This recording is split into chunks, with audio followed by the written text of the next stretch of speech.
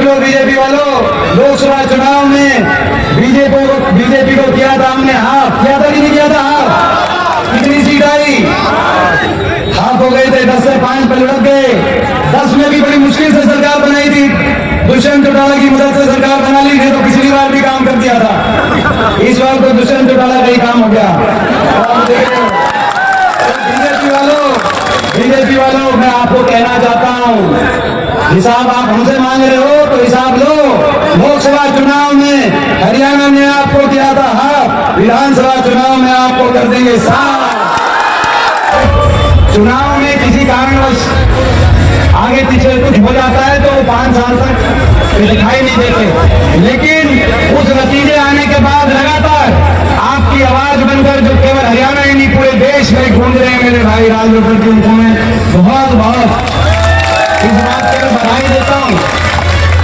और राजगोपाल जी की आवाज में ताकत है, जब ये बोलते हैं तो बड़े बड़े हिलाते हैं, हिलाते नहीं निकला। आप देखो राजगोपाल जी की आवाज में इतनी ताकत है, बोलते हैं बड़े बड़े हिल जाते हैं। गुड़गांव जाके आवाज उठाई कि गुड़गांव में सफाई का क्या व्यवस्था है, गुड़गांव मेट्रो सिटी कैसे बन गई, तो आज पूरी हरियाणा की सरकार झुकी हुई है गुड़गांव में, जो 10 साल से लापरवाह सरकार, तो आज ये आपकी आवाज में ताकत है। और वो ताकत देने का काम आप सबने किया है, तो मैं आप सबको भी बहुत बहुत इसके लिए बधाई देता हूँ। कुछ सांसद यहाँ से रहे, अवतार भराना जी, बड़ी आपकी सेवा करी, आज विशेष तौर पे आए हैं। हमारे भाई और हुड्डा साहब के कैसे विश्वास पात्र कंधे से कंधा मिलाकर हमेशा उनके साथ इस संघर्ष में हरियाणा में बदलाव हो। आफ्ताब अहमद जी, हमारे आदरणीय इलियास जी, हमारे विधायक, हमारे आपके लोकप्रिय विधायक, ऐसे लोकप्रिय विधायक कि जब राहुल जी की यात्रा बनी तो हमने ये कहा कि कहां से शुरू कराएं। 90 विधानसभाएं हैं हरियाणा के अंदर, कांग्रेस के 31 विधायक थे और अलग अलग बात आई कहां से कराएं, लेकिन जहां सबसे मजबूत आवाज आई हमने कहा यहीं से कराएंगे राहुल जी की यात्रा की शुरुआत। ऐसे हमेशा आपके लिए लड़ाई लड़ते, मजबूती से आपकी लड़ाई लड़ते, विधानसभा में भी हमने देखा है, और सड़क से लेकर और सदन तक आपकी लड़ाई लड़ते हैं। आपके लोकप्रिय विधायक के सुख दुख में शामिल रहते हैं। मुझे लग रहा था कि आज 16वां हल्का है, लगातार चल रहे हैं, और आज थोड़ा लेट प्रोग्राम है, गर्मी ज्यादा है। मैं इतनी गर्मी में कितने साथी साथ चलेंगे नहीं साथ चलेंगे, लेकिन जब इन्होंने शुरू में आपसे पूछा कि कौन कौन साथ चलेगा, तो मैं देख रहा था एक एक ने हाथ खड़ा किया। ये आपकी इनके प्रति आपका प्यार और इनका आपके प्रति भावना, वो का प्रतीक था जो एक ने हाथ खड़ा किया।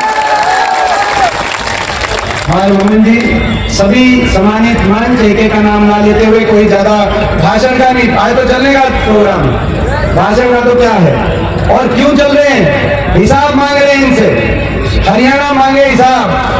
10 साल बीजेपी के हो गए, 10 साल हरियाणा को। आज हरियाणा की दुर्दशा के लिए कोई जिम्मेदार है तो कौन है? बीजेपी जिम्मेदार है। हिसाब इनसे मांग रहे हैं कि 10 साल के बाद हरियाणा का भत्ता क्यों दिखाया आपने? देश में सबसे ज्यादा बेरोजगारी आज कहाँ है? हरियाणा में। 10 साल की बीजेपी के सरकार के बाद देश में सबसे ज्यादा बेरोजगारी हरियाणा में। हरियाणा के नौजवान को सीटी में उलझा दिया, कच्ची भर्ती में उलझा दिया, कौशल निगम में कच्ची भर्ती ले आए, कच्ची भर्ती की राजधानी बना दिया हरियाणा को। देश में सबसे ज्यादा अपराध और क्राइम अगर कहीं है, अपराध दर, तो आज वो हरियाणा के अंदर है। नशे में पंजाब से आगे निकल गया हरियाणा, ऐसी स्थिति बन गई हरियाणा के अंदर। आज गरीब आदमी के हक को मानने का काम हुआ।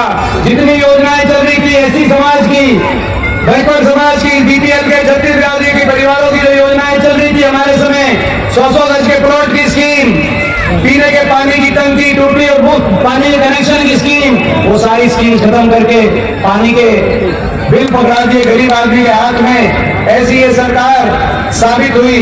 आज ऐसी सरकार साबित हुई।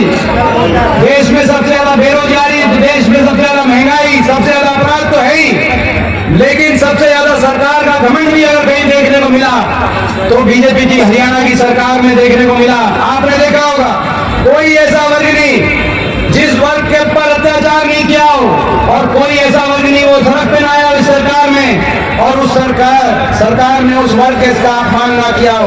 750 किसानों की जान की कुर्बानी लेने वाली ये सरकार साबित हुई। आपने देखा होगा इस लोकसभा में लोकसभा सेशन चल रहा है, परसों मैंने आवाज उठाई कि इन 750 किसानों की जान जिनकी कुर्बानी आपकी सरकार ने ली है उनके परिवारों में कुछ ना कुछ रोजगार दें, कुछ सहायता करें। तो आपने देखा होगा शिवराज सिंह चौहान के केंद्रीय कृषि मंत्री उठ के खड़े हुए और मजाक उड़ाने लगे उन 750 किसानों का, और पूरा सारे बीजेपी के सांसद लोकसभा देखी थी कि नहीं देखी थी? देखा गया लोकसभा सारे भाजपा के सांसद उनका मजाक उड़ा रहे थे। 750 किसानों की आप कुर्बानी का मजाक उड़ा रहे हैं। आपको याद होगा ये वही सरकार है जिसमें छोटे छोटे बच्चों को स्कूल के आगे धरने देने पड़े, 500 स्कूलों के आगे धरने हुए, बच्चों से लेकर हमारी बेटियों तक जिनको जंतर मंतर पे धरना देना पड़ा। न्याय मांग रही थी हमारी बेटियां, ओलंपिक में मेडल लेके जो बेटियां आती हैं वो न्याय मांग रही थी, उनको अपने न्याय के लिए धरना देना पड़ा, और जब धरना देना पड़ा जंतर मंतर तो उनको घसीटा गया, और जब हमने ये आवाज उठाई तो हमें भी निशाने पे लिया गया। सरपंचों से हमारी छोटे बच्चों से लेकर बेटियों तक, किसान से लेकर आड़तियों तक, व्यापारी से लेकर कर्मचारी और पेंशन स्कीम के लेकर कर्मचारियों पे लाठीचार्ज, सरपंच गए अपने पंचायती राज के अधिकार मानने, सरपंचों पे लाठीचार्ज। कोई ऐसा वर्ग नहीं जिस वर्ग की का अपमान इस सरकार ने ना किया हो। तो मैं पूछता हूं आपसे, तो ऐसी सरकार से हिसाब मांगना चाहिए कि नहीं मांगना चाहिए? और जो हिसाब मांगते हैं तो इनके बड़े बड़े मंत्री आते हैं दिल्ली से, और इनके बड़े बड़े नेता आते हैं दिल्ली से। पीछे केंद्रीय गृह मंत्री जी आए और उन्होंने मैनेजर में कहा कि हुड्डा जी हिसाब मांग रहे हैं, हुड्डा जी से हम हिसाब लेंगे। इनके मुख्यमंत्री कह रहे हैं हम हिसाब नहीं देंगे। इनके एक और मंत्री जो हरियाणा के प्रभारी बने हैं धर्मेंद्र प्रधान जी, वो आए, उन्होंने कहा कि हम हिसाब नहीं देंगे, हम तो हिसाब लेंगे। अब आप बताओ 10 साल हरियाणा का भट्टा भी बिठा दिया और हिसाब देने से भी मना कर रहे हैं। दिल्ली से बड़े बड़े नेता आ रहे हैं कह रहे हिसाब नहीं देंगे। मैं वो कहना चाहता हूँ बीजेपी के नेताओं को, ये हरियाणा है प्रधान, ये हरियाणा है प्रधान। हरियाणा का आदमी सच्चा है, सीधा है, ईमानदार है, ठगा भी जाता है। लोग आके ठग लेते हैं हमें, कोई कहीं से आके ठग लेता है, कोई कहीं से आके ठग लेता है, लेकिन जब हरियाणा का आदमी ठगा जाता है तो उसका हिसाब भी लेना जानता है। सही बात है कि नहीं है? तो ये हमारा अभियान है कि बीजेपी से हम हिसाब लेंगे और हरियाणा को विकास की तरफ। हिसाब केवल हरियाणा ही नहीं मांग रहा, जो आप जी ने कहा मेवात मांग रहा हिसाब, मेवात मांग रहा हिसाब, ये जिला और ये इलाका। मुझे गर्व है कि मेरे रगों में वो संस्कार है, मेरे रगों में चौधरी रणवीर सिंह जी के संस्कार है। मुझे गर्व है जो गांधी जी को झांसीराम में लेकर आए। मुझे गर्व है मेरे रगों में चौधरी भूपेंद्र सिंह हुड्डा जी के संस्कार हैं, जिनकी कलम से मेवात अलग जिला बना।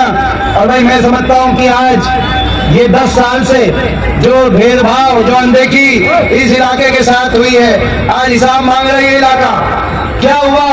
ये हमने जो मेडिकल कॉलेज बनाया था, जिस मेडिकल कॉलेज का क्या हाल है, क्या दुर्दशा आप देख रहे हैं। जो उस समय मेवात कैनाल के लिए 300 करोड़ की लागत से मेवात कैनाल का जो निर्माण कार्य शुरू कराया था, आज देख रहे हैं। जो कोटला झील की जो हमने शुरुआत करी थी वो आप देख रहे हैं। रेल की लाइन जो 2013 में मंजूर रेल की लाइन, ये कहकर हुड्डा सरकार ने प्रस्ताव भिजवाया था केंद्र सरकार को कि 50% सारा खर्च हरियाणा सरकार देगी, और ये रेल की लाइन यहाँ जिरका से होते हुए अलवर तक 50 किलोमीटर तक कोई रेल का, राजभवन जी को यहाँ पे रेल का कोई स्टेशन नहीं, ये ऐसा इलाका है। और 10 साल से मंजूर शुदा वो रेल की लाइन 10 साल से कौन से ठंडे बस्ते में उसको पहुंच गई पता नहीं, ना रेल की लाइन बनी, ना 4 लेन हाईवे बना। आज वही का वही मेवात 10 साल में कोई एक काम नहीं किया, बल्कि जो चल रहे थे उनको पटरी से उतारने का काम इस बीजेपी की सरकार ने किया। मैं बीजेपी सरकार वालों कहना चाहता हूं कि अभी ज्यादा समय आपका बचा नहीं, 2 महीने का आपका समय है। 2 महीने का आपका समय है। अब तो आप क्या करोगे? अब तो हम करेंगे। कांग्रेस की सरकार बनेगी। 35 दिन की सरकार बची है। बात ऐसे कर रहे हैं,